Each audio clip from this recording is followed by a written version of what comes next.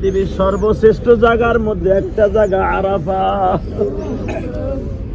আরাফার মতো পবিত্র জমিন পৃথিবীতে মক্কা মদিনা ছাড়া আর কোথাও নাই। আল্লাহ আরাফার কিছু অংশ তায়েফের মধ্যে পড়ে গেছে। আল্লাহ সেই পবিত্র ভূমিতে দাঁড়ায় তোমার দরবারে হাত তুলছি। আল্লাহ সর্বপ্রথম আপনার কাছে একটাই দরখাস্ত, আমাদের জনম দুঃখিনী মাকে কি মাফ করা যায় না?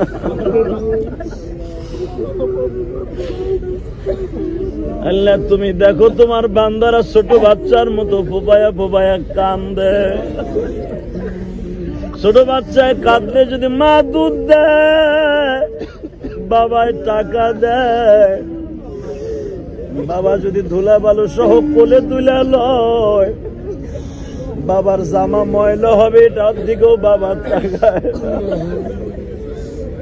একটু ভালোবাসার কারণে যদি বাবা এত আদর দিতে পারে গো, পৃথিবীতে তোমার মতো দয়ালু আর কেউ নাই গো মালিক।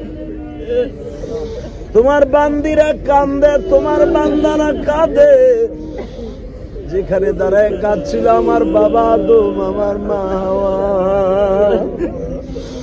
যেখানে দাঁড়ায় কেঁদেছিল আবার বিশ্ব ইয়তীম নবী।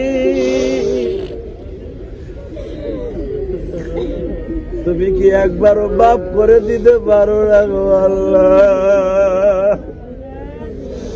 আল্লাহ যারা এখন এখানে দাঁড়ায় কাঁদে, তাদের আরাফার দিনে কাদার তৌফিক দিয়ে দিও।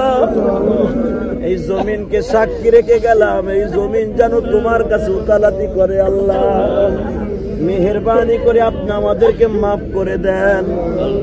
আল্লাহ আমাদের মা বাবা যারা কবর চলে গেছে, তারা তো আর কোনোদিন আসতে পারলো না।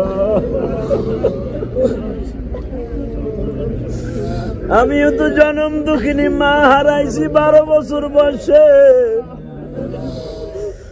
আমার মায়ের কবরটা জান্নাতের বাগান বানায় দিও। আমার মতো যাদের মা নাই গো, তাদের মায়ের কবরটা জান্নাতের বাগান বানায় দিও। আল্লাহ যাদের বাবা নাই তাদের মাফ করে দিও। আমার মা বোনেরা যে যেখানে দাঁড়ায় হাত তুলছে, আমার মা বোনদের দোয়া তো কবুল হয়ে যায়। আল্লাহ এরা মায়ের জাত সন্তান জন্ম দেয় কত কষ্ট এরা জানে। এরাও তো একটা মায়ের সন্তান, এদের মা বাবাকে মাফ করে দেন। আল্লাহ আমাদের সঙ্গে আমাদের গাড়িতে যারা আছে সফর সঙ্গে সব মা বোনদের মাফ করে দেন। আল্লাহ আমার ভাইদেরকে মাফ করে দেন। আল্লাহ খাস করে একটা অন্ধ লোক আমাদের সাথে আছে, কিয়ামতের মাঠে সর্বপ্রথম ও তোমাকেই দেখবে।